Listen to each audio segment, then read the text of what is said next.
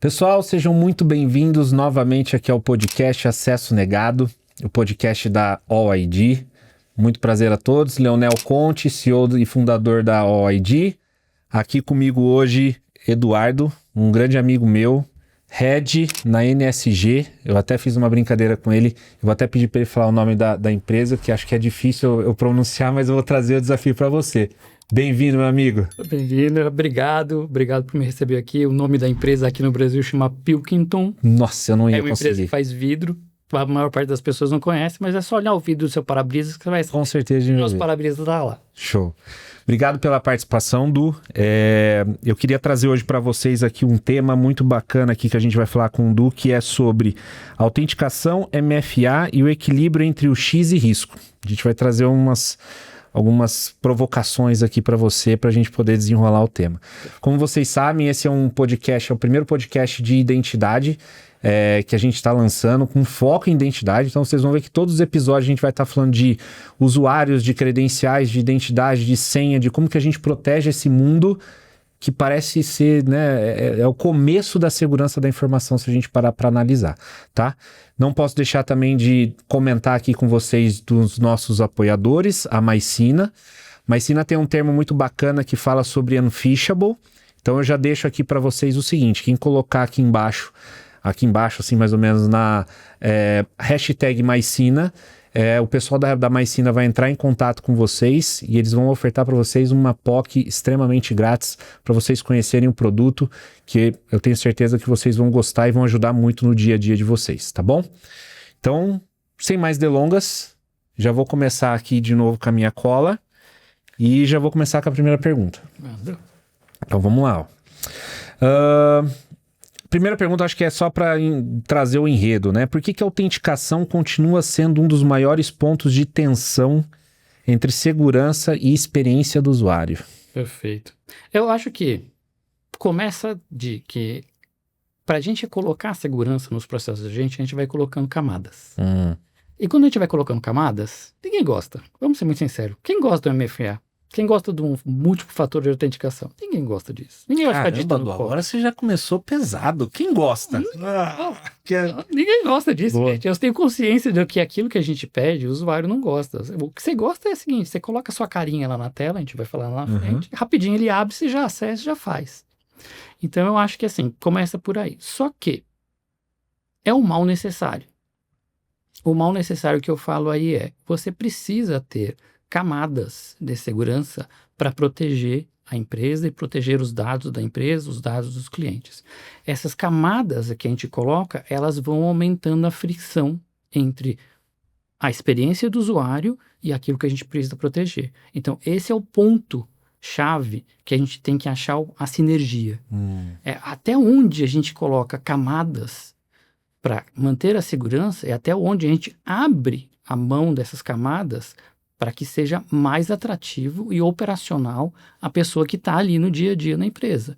Porque, na verdade, a pessoa que está ali no dia a dia na empresa, ou mesmo se for um cliente da sua empresa, o que ela quer é facilidade. Perfeito. Esse é o ponto. Perfeito. E ela quer a facilidade e você, como executivo, olhando do outro lado, você tem que entender o risco. Exato. Né?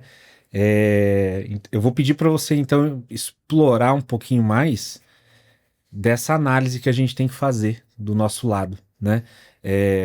Eu sei que, de novo, você está 200% certo de que a fricção existe na ponta. Mas como que a gente faz essa análise de risco aí, Edu? A análise de risco, ela sempre... Primeiro, você tem que começar entendendo o que é crítico. Então, quais são os seus sistemas críticos, quais é o ambiente crítico e aquilo que você tem que proteger.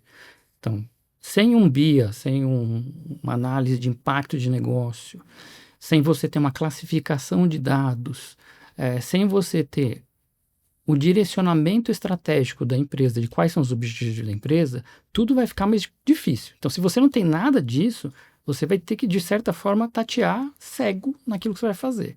Perfeito. A partir do momento que você tem uma análise de impacto, você sabe quais são os objetivos da empresa, estratégicos da empresa, e você sabe aquilo que você tem que atingir para manter a empresa dentro do apetite de risco, aí você sabe até onde você pode ir.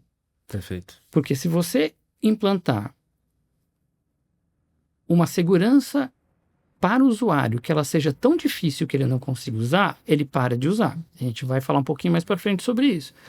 Mas o ponto-chave é entender até onde você tem que ir. Então, entender até onde você tem que ir, você depende dos fatores da sua empresa. E não é o que grande parte das empresas tentam fazer, uma solução para tudo. Ela tem que ser segmentada, ela tem que ser customizada. Você não vai colocar o mesmo nível de proteção para um diretor financeiro de uma empresa para um operário de chão de fábrica. Perfeito. São níveis distintos, são autenticações distintas. Olha que bacana, hein? Isso aí que você trouxe é bacana. Essa divisão, olha só que a gente tá...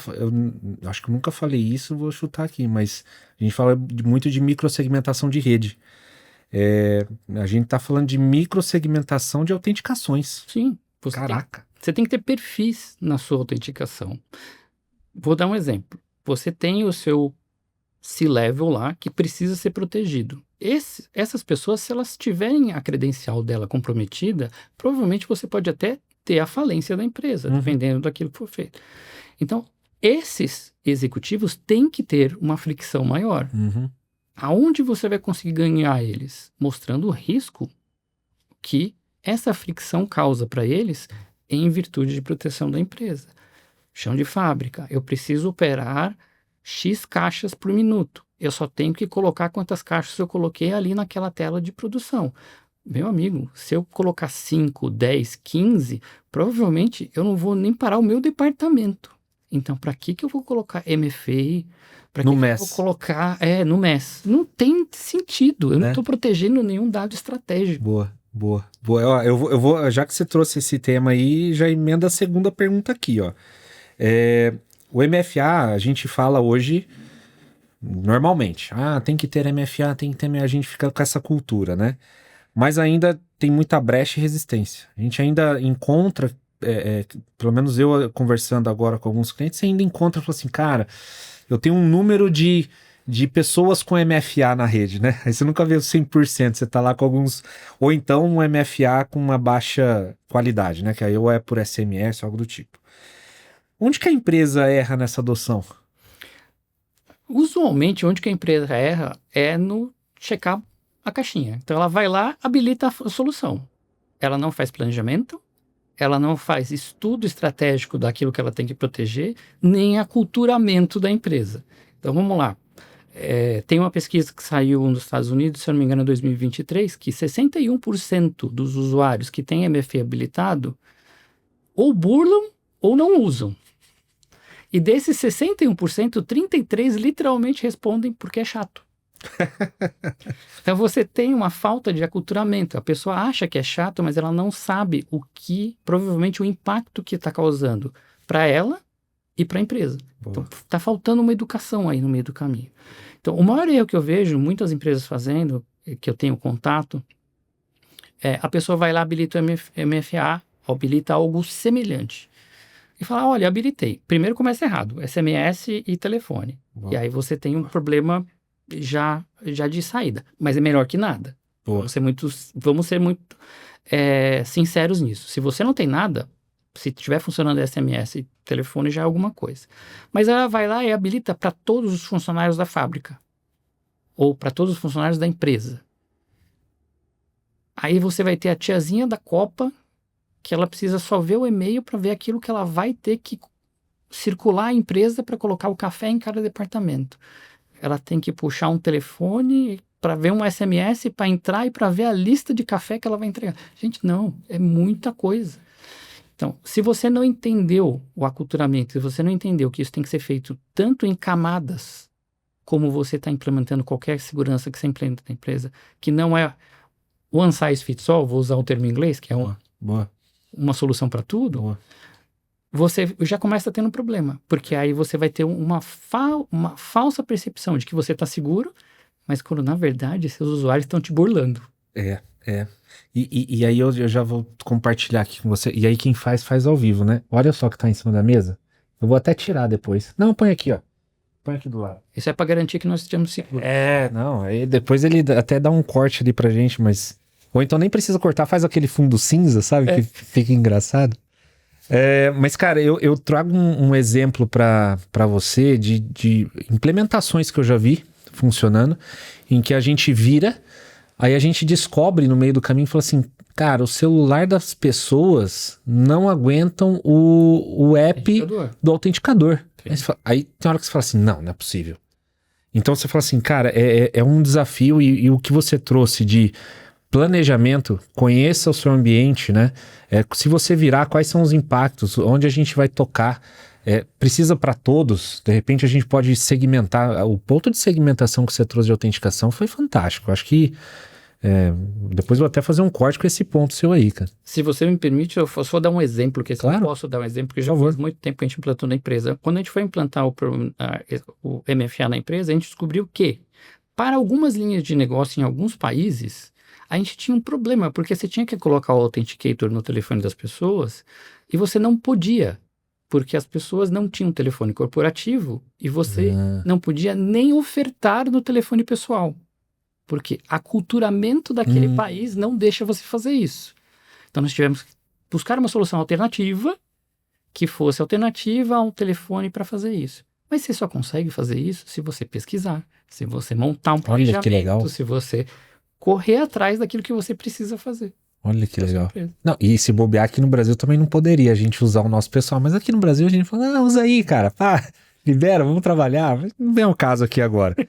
Cara, e aqui eu acho que tem uma pergunta, você já respondeu, mas eu acho que vale um pouco de mais detalhe aqui, mas quais fatores devem orientar a escolha entre conveniência e rigor?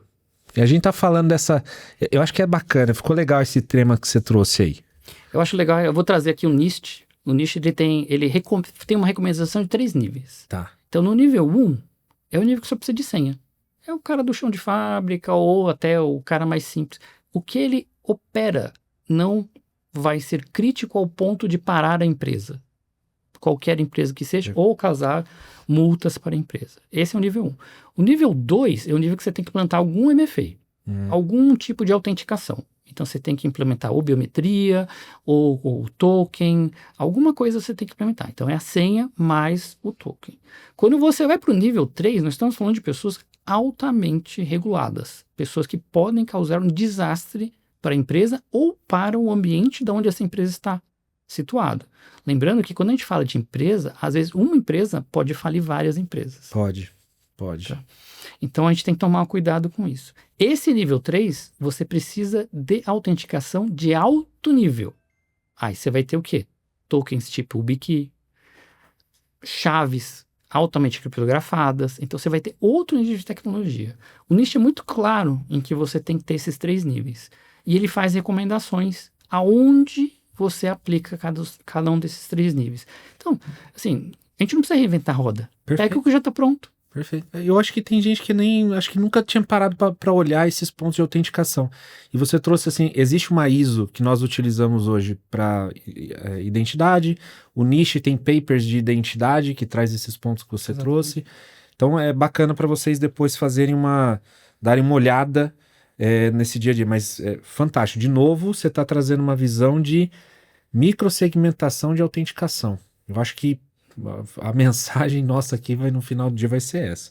Bom, agora vem um papo que eu acho que é bacana e, de novo, eu acho que quase todos os podcasts eu falo que eu gosto muito de comportamento, né? E com o uso de autenticação adaptativa, olha só que legal, e contínua, ajuda a reduzir a fricção entre comprometer a segurança? Temos que separar 2 aí. Nós temos a adaptativa e depois a contínua. Então vamos para a adaptativa primeiro, que é mais fácil. Tá. Por que eu falo mais fácil? Porque ela é mais fácil de explicar. Então a adaptativa é aquela que vai gerir o risco do seu usuário. Tá? Então você implanta essa ferramenta e ela vai aprender o risco do seu usuário. Então o Leonel está aqui, ele está no Brasil, ele está usando um iPhone, ele está usando uma máquina Dell. Em 30 minutos ele está no Japão, usando uma HP e usando um Android. Tem uma coisa muito errada. Tá errado isso aí. Então ele aprende quem é o Leonel e começa a usar isso como base comportamental para tomar decisões de risco. Perfeito. E aí assim que ele aprende, a partir do momento que você sai dessa base de risco e você tenta conectar de novo, ele vai te pedir para você fazer alguma coisa. Isso é adaptativo. A contínua, ela vai um pouquinho mais além, porque ela fica te monitorando 100% do tempo. Então, enquanto você está trabalhando, ela não é na hora que você autenticou. É na hora que você autenticou, enquanto você trabalha. Porque na hora que ela autenticou, feito, você abriu com a chave da porta, você entrou na casa, aí pra frente ninguém precisa saber. Não. Você precisa de monitoria. Então, na fábrica, ela é monitorada. Num ambiente controlado, você é monitorado. Então, ele fica te monitorando. Peraí, o Leonel trabalha sempre, quando ele chega, ele sempre abre e-mail, ele sempre trabalha no SAP, ele sempre faz isso, ele sempre faz aquilo. Então, ele vai ter uma lista de coisas que é o perfil do Leonel. De repente, o Leonel saiu desse perfil e começou a querer acessar o AD. Ah, mas então eu vou fazer o seguinte, eu vou até agora fazer esse tema eu gosto tanto que eu vou até puxar se me permite aqui fazer um bate-papo diferente, sim, porque eu tenho esse negócio comigo, de que eu gosto muito, o SOC é um negócio que vem há muito tempo. Sim. Eu acho que ele é extremamente importante e eu acho que o SOC ele tem que ser ele tem que ser algo mais rico, que eu digo. Por quê? Porque o SOC eu acho que a gente tem que olhar e entender risco. Algo, sabe, mais alto para tomada de decisão. Você falando isso daqui, eu faço algumas provocações com alguns amigos meus, já que você trouxe, eu vou provocar aqui também. Se o SOC fosse hoje contínuo, análise de comportamental contínua, não seria mais proativo, porque hoje é meio reativo, né? O nosso SOC é um pouco reativo.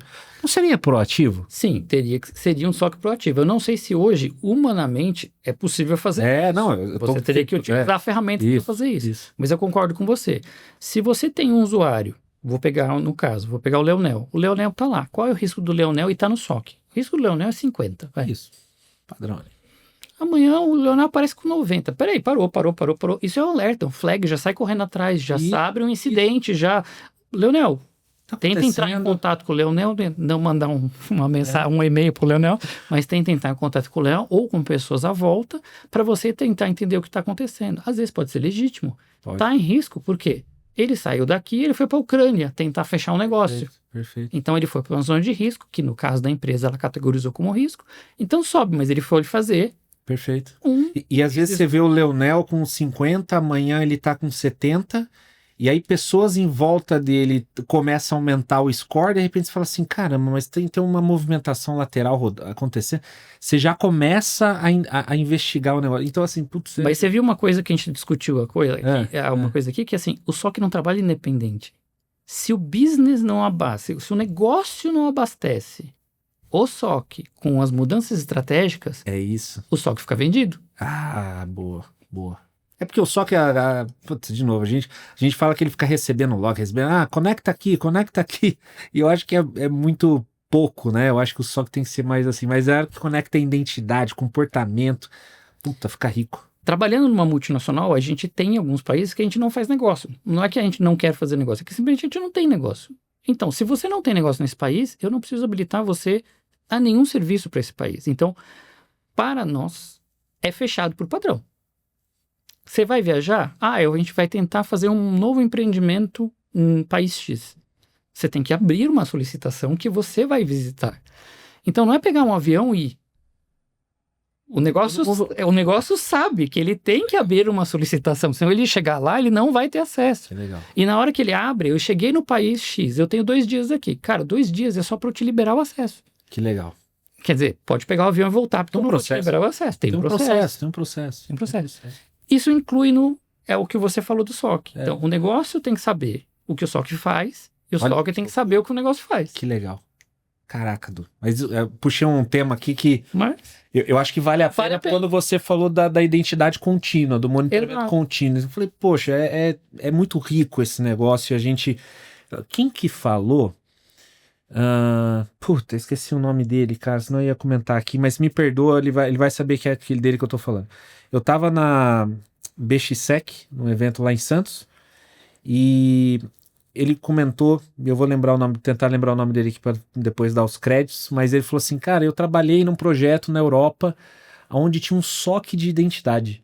É basicamente isso. Eu falei, epa! Aqui no Brasil, acho que tá vindo, talvez. Vai chegar uma hora, vai chegar essa análise contínua nossa. Mas é por isso que eu acho que eu trouxe a provocação aqui para você. Mas voltando aqui ao nosso bate-papo, que eu acho que tá fantástico. Esse aqui eu acho que é legal porque a gente pode trazer, vou até trazer um exemplo que eu comentei com você num caso engraçado, mas de que forma a experiência do usuário impacta diretamente no sucesso da política de autenticação segura? Total. Total, porque o usuário rebelde é aquele que não vai usar.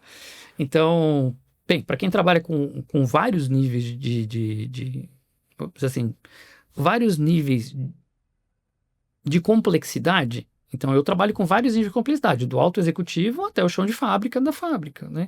Então, se colocar uma coisa muito complexa para o chão de fábrica fazer para autenticação, amanhã tem post-it na fábrica inteira. E vai ser com a anuência da gerência. Por que vai ser com a anuência da gerência? Porque o objetivo é produzir. Então, eu tenho que entender a realidade do chão de fábrica. Então, eu tenho que entender, como eu disse antes, você tem que segmentando, você vai entendendo a realidade de cada área e a estratégia de negócio de cada área. Perfeito. Então, aí entra uma coisa principal. Você vai habilitar o multifator de autenticação na sua empresa, pelo menos uns 3 meses antes, comece a educar os usuários. Antes de clicar no botãozinho, vamos implantar uma nova segurança, vai ficar pedindo código. Lembra do banco? É igual o banco, é igualzinho. Lembra que você faz? Então, a gente vai fazer isso, a gente vai implantar, vai funcionar assim. Não vai funcionar assim para todos. O nosso chão de fábrica vai ter a liberdade de usar só senha, porque para eles é mais complexo. Vocês do financeiro não reclamam, vai ser mais complicado. É assim. É um risco. Porque o risco é maior. E aí você vai customizando isso. Eu diria que assim, você tem que educar. E aí ver o tamanho da sua empresa também. Porque assim como você customiza os níveis de acesso que você está dando, de autenticação que você está dando, talvez você tenha que customizar também a educação. Então, a educação é outra. Né? Aí eu posso lembrar, isso eu posso falar, que quando a gente começou a implementar o Multifactor Authentication da Microsoft, o Authenticator, as pessoas falaram, não, eu quero do Google. Ou eu quero o X, eu quero o Y, né? E a gente teve que educar da seguinte forma, não é um catálogo de sorvete que você escolhe o sabor que você quer. É esse. É esse aqui, porque esse aqui está anexado com contratos, homologado, com riscos homologados. As pessoas, depois da educação, as pessoas entendem e colaboram. Mas sem o entendimento, ninguém colabora. Boa. Du, já tá na penúltima pergunta aqui. Já acabou. E a gente vai falar sobre 2 temas aqui agora que... provocação, né? Passwordless e biometria. E autenticações biométricas. Estamos chegando no fim das senhas aí, Du? Eu acho que no fim da senha digitada, assim, que a gente chama senha que você vai ter que ir lá e colocar no tecladinho bonitinho, né? Mas eu acredito que todos os outros tipos de autenticação que nós temos, tirando a biometria, ele tem um tipo de criptografia com senha ali no meio, né? Você vai ter um token, tecnologicamente falando. Eu vejo da seguinte forma, o passkey é o que está despontando porque os gerenciadores de senha estão adotando eles mais rápido. Então, se você tem um gerenciador de senha na sua empresa, provavelmente o passkey já começou a funcionar. E aí você vai começar a abandonar a necessidade de ter que digitar a senha porque o passkey vai fazer o trabalho dela. Boa.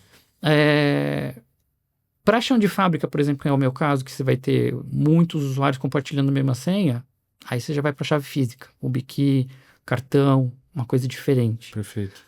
Por quê? Porque você não pode complicar o trabalho deles, então tem que ser uma coisa simples, tá? Então, o que eu vejo que está acontecendo hoje em dia estamos no caminho, vamos prontamente, dentro dos próximos 3 anos, ficar sem senha? Não, não dá. Acho que não. Não dá porque, culturalmente, você fala assim, olha, Leonel, põe o seu rosto aí no iPhone ou no Android para desbloquear. Você põe. Eu criei um sisteminha aqui que vai fazer o controle de ponto. Coloca lá eu vou registrar o seu rosto nesse sisteminha que a gente fez aqui dentro de casa com o iPhone. Você vai guardar a minha foto para fazer a minha biometria. Que segurança eu tenho? Né? Você tem certificação? Você tem algum acordo com o governo? As pessoas ainda desconfiam muito, e tem que desconfiar, tá? Tem que desconfiar. E às vezes você chega até em algumas empresas que fazem conexão com a API de birô de informação, você fala, mas cara, como que você já tem meu dado? Exato. E aí por trás você fala assim, não, eu já tenho uma conexão com os birôs que a gente conhece de mercado. Aí você fala, caramba, cara, é por isso que a nossa informação, nosso dado tá difícil. Por isso que eu acho que concordo com você, não vai... Eu acho que baratear a biometria vai baratear rápido. Porque o hardware, para você ter que colocar no computador, está barateando rápido. As soluções de autenticação com biometria já embarcada estão barateando rápido. Então, vai ter uma hora que isso vai ser possível baratear. A gente já usa em alguns... segmentado, mais uma vez. Em um perfil, a gente usa biometria. Então, esse perfil tem biometria e aí você tem um computador que tem a biometria disponível. Chão de fábrica, não precisa de biometria, então não precisa disso no computador. É um ponto. Então, eu acho que assim, a gente navega para parar de digitar a senha, mas a gente precisa ainda ter um barateamento de tecnologia, hardware, sim, de equipamento, para poder fazer isso, e uma maturidade maior de tecnologia de software, aí sim, de programas, de integração, de como fazer isso de uma maneira segura. Ainda temos alguns probleminhas de vazamento aqui e ali que acabam pegando. E isso é sério. Mas eu vou trazer aqui um caso que eu acho que vale a pena ser comentado. A QNP é uma empresa de logísticas da Inglaterra. Depois de 180 anos, ela fechou. Ah, eu vi. Por causa do quê? Uma senha vazada. Uma senha que não se trocava há muito tempo, era utilizada em sistemas. Os criminosos injetaram um ransomware e tomaram conta da empresa. Eles não tiveram outra opção a não ser fechar. Porque, e é incrível, porque às vezes o pessoal fala, mas caramba, por que fecha? Falou, cara, imagina sua vida tá num banco de dados. E às vezes eu falava isso no mercado. Hoje, infelizmente, a gente fala assim, mas a minha empresa, o core dela não é tecnologia. Concordo. O core da sua empresa é vender, é fazer A, fazer B, fazer C. Mas o meio para que tudo isso aconteça é a tecnologia.